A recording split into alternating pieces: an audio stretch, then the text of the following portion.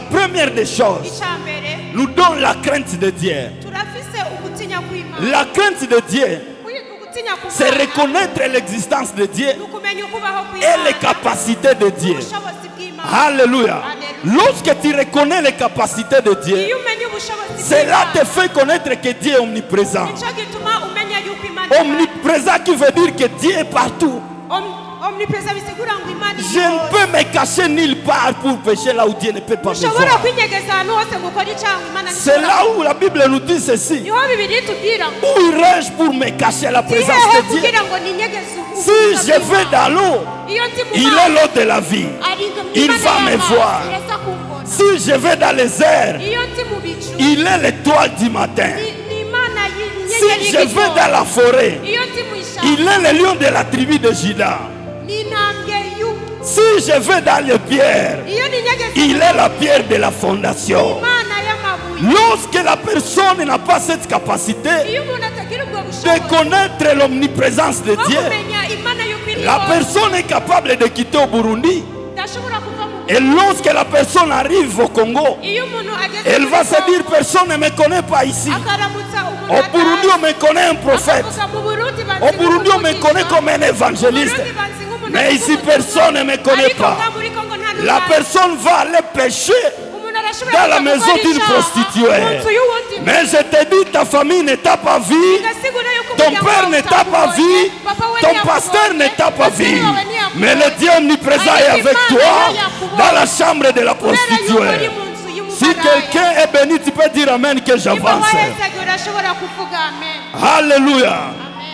C'est cette personne-là, lorsque Dieu te donne la grâce, tu quittes en Afrique, tu es aux États-Unis, tu dis personne ne me connaît pas ici, tu vas devenir pédé, tu vas devenir lesbienne, tu vas devenir un voleur. Et pourtant en Afrique on te connaissait un homme de Dieu. Aujourd'hui je vais demander à une personne qui va dire avec moi, Dieu brise-moi encore. Dis-le bien, Dieu brise-moi encore. Alors cette crainte de Dieu, plus que te faire connaître que Dieu est omniprésent, te fera connaître que Dieu est omniscient.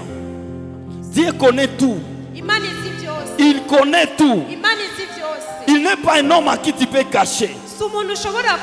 Pourquoi je te dis ça? Beaucoup de chrétiens, ils prient beaucoup, ils entrent beaucoup dans l'église, mais sont des hypocrites. Ils ont les doubles faces. Mais je te dis, Dieu est omniscient. Tu peux me cacher des choses. Il y a des personnes qui entrent dans l'église.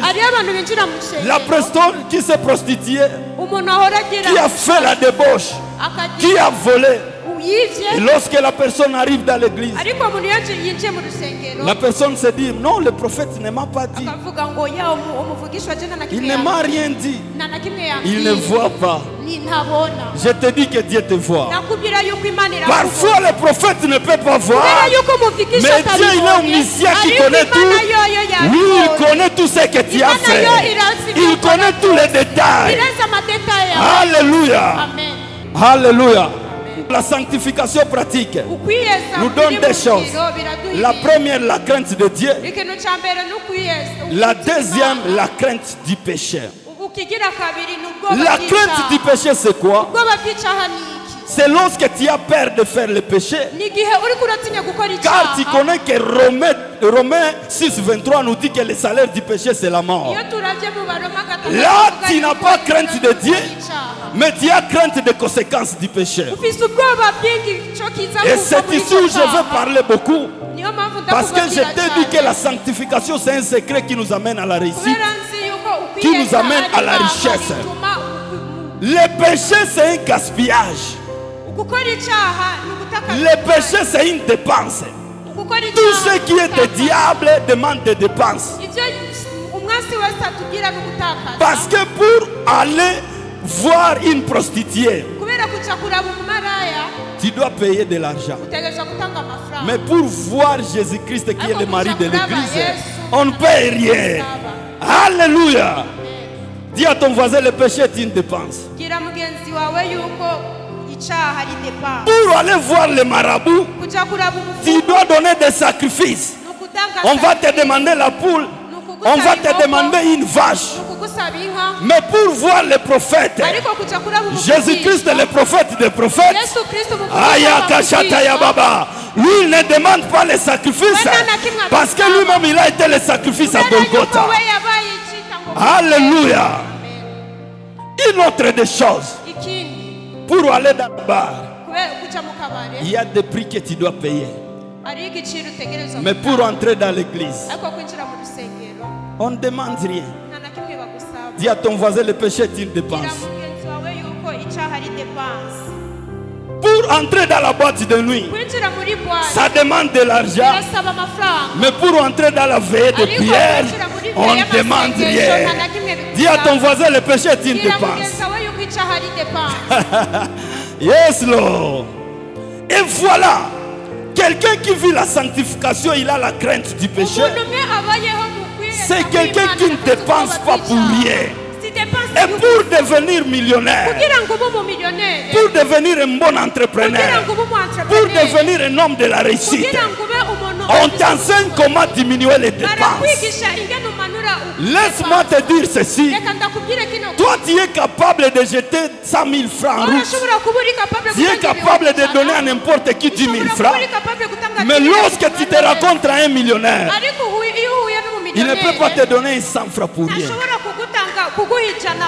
Quelqu'un peut dire avance prophète. Avance prophète. Hein? Pourquoi? Parce que les millionnaires connaissent que trouver de l'argent, il faut la suer. Il faut beaucoup suer pour avoir de l'argent.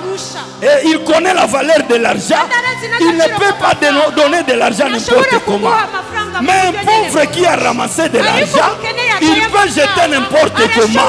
Pourquoi? Parce qu'il a hérité de l'argent de son père. Pourquoi? Parce qu'il a ramassé de l'argent. Dis à ton voisin, évite de dépenses pour réussir dans la vie. Et là où je veux te dire encore une fois, il y a le démon de gaspillage qui entre dans la vie des chrétiens. Lorsque tu as de l'argent, les problèmes surviennent. Quelqu'un est malade, il y a des problèmes ici et là. Les amis viennent te demander de l'argent. Tu crois que tu as un beau cœur, mais ça c'est un esprit de dépense, un esprit de gaspillage. Je suis en train de parler aux millionnaires qui vont devenir, qui sauront comment éviter des dépenses dans leur vie. Quelque chose qu'on fait pour Dieu n'est pas une dépense, mais c'est un investissement. Car chez Dieu, il y a toujours la multiplication, il n'y a pas la division, il n'y a pas la soustraction. Mais tout ce que tu vas faire pour le diable, c'est une dépense.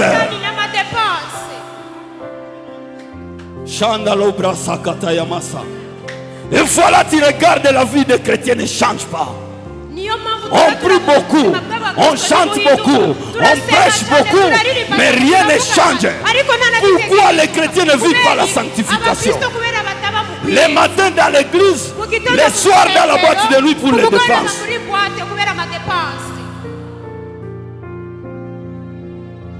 C'est terrible. Et les prophètes sont fatigués. Dieu bénit cette personne. La personne est bénite. Dans la boîte, dans les maisons de prostituées. Alléluia. Amen. Il faut éviter les dépenses dans ta vie. Si tu veux réussir, si tu veux devenir riche, il faut éviter les dépenses. C'était à un moment donné. Donc j'avais un beau cœur. Chaque fois lorsque je reçois de l'argent, les gens viennent avec des problèmes. Et là je me croyais en Jésus qui veut sauver le monde entier. Mais Dieu m'a dit, quel que soit que tu vas verser ton sang, ton sang ne sauvera personne. Parce que dans ton sang, il y a le péché. Donc ne te tue pas pour les gens. Tu crois faire le bien, mais c'est l'esprit de dépense. Quelqu'un qui n'a pas de calcul, Tu vis comme quelqu'un qui va mourir demain. Et puis tu te dis, nous allons aller dans le ciel. Qui t'a dit que le ciel est pour les pauvres? Amen. Est-ce qu'il y a quelqu'un qui est béni ce matin? Le ciel n'est pas pour les pauvres. La Bible nous dit ceci. Je vais encore une fois revenir dans ce que j'ai prêché un peu pour te faire comprendre que le ciel n'est pas pour les pauvres. Ce n'est que les chrétiens qui ont compris. Là où la Bible nous dit qu'il y aurait les pauvres en esprit, car ils verront le royaume des cieux. Alléluia. On avait mal compris. Laisse-moi te dire, tous ceux qui ont réussi dans la vie, ils ont arrivé à la capacité d'accomplir leur mission. Et ils étaient devenus des riches. Comme David.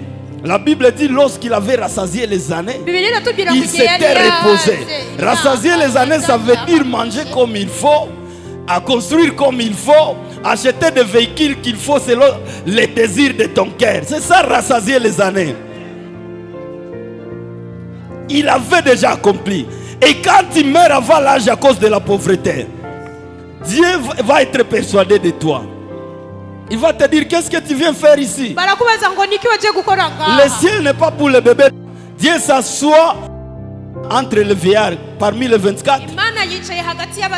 Devenir vieillard, c'est avoir la connaissance et la maturité, accomplir ta... Lorsque tu n'as pas la connaissance et la maturité, tu n'as pas la sanctification pour accomplir la mission de Dieu sur la terre, tu es un bébé dans le monde spirituel. Ce matin, je ne parle pas aux bébés spirituels, je parle aux hommes de la maturité. Notre maturité dans le monde spirituel n'est pas évaluée par l'âge que nous avons dans le monde physique. Un bébé peut être plus mature que toi. Tu as 80 ans, mais un homme de 20 ans, c'est un homme de maturité, tu es un bébé spirituel. Lorsque tu es bébé spirituel, tu es un pauvre. Et quand tu meurs, tu n'iras pas dans le ciel.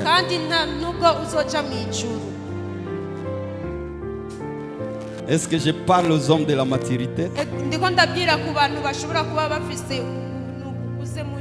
Alors, il faut éviter les dépenses inutiles. Cela va te donner la grâce de réussir et devenir riche. Regarde un homme, un chrétien, qui achète les habits qu'il ne porte pas. Ça, c'est l'esprit de gaspillage. Tu es en concurrence avec qui? Tu es en train de compétir avec qui? Tu dois savoir, lorsque tu achètes les habits, tu achètes les habits que tu vas porter. Tu regardes dans des valises. Les habits déjà abîmés, pourquoi ces habits ne sont pas portés? Beaucoup de souliers là-bas qu'ils ne portent pas. Ils s'embrient pour rien. L'esprit de gaspillage. Lorsqu'il reçoit de l'argent comme ça, il fait ce qu'il ne devait pas faire. Je me souviens d'un ami, quand il avait reçu de l'argent, il a acheté 50 t-shirts de couleurs différentes. Il portait un t-shirt le matin, midi l'autre t-shirt, le soir l'autre t-shirt. Et voilà, pendant un mois, tous les t-shirts sont finis. Il n'est pas capable même de les lessiver.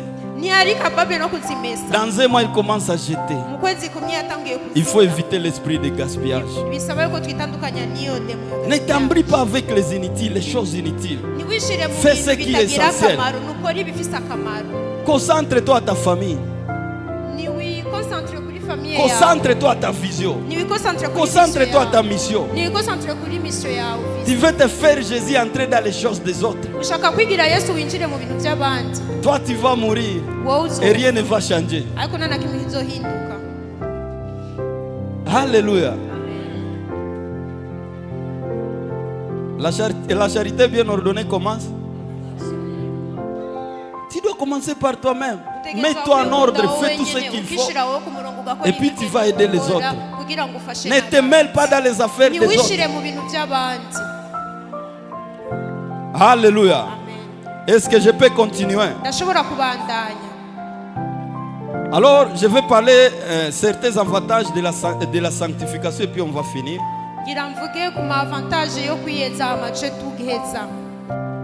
Le premier avantage, la sanctification nous permet l'exaucement rapide. Est-ce que quelqu'un peut me lire là où nous avions lu? Mais en français, en swahili et en français, fais rapidement. Là où nous avions lu. Amen. Nous lisons dans le nom de Jésus-Christ. Amen. 1 Jean 3, 22 dit ceci.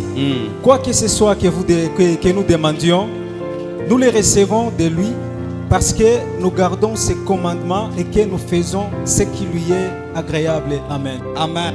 Ici, la Bible nous dit que tout ce que nous pouvons demander, il va nous donner. Pourquoi? Parce que nous marchons dans ses commandements. Dieu n'exauce pas nos prières parce que nous prions.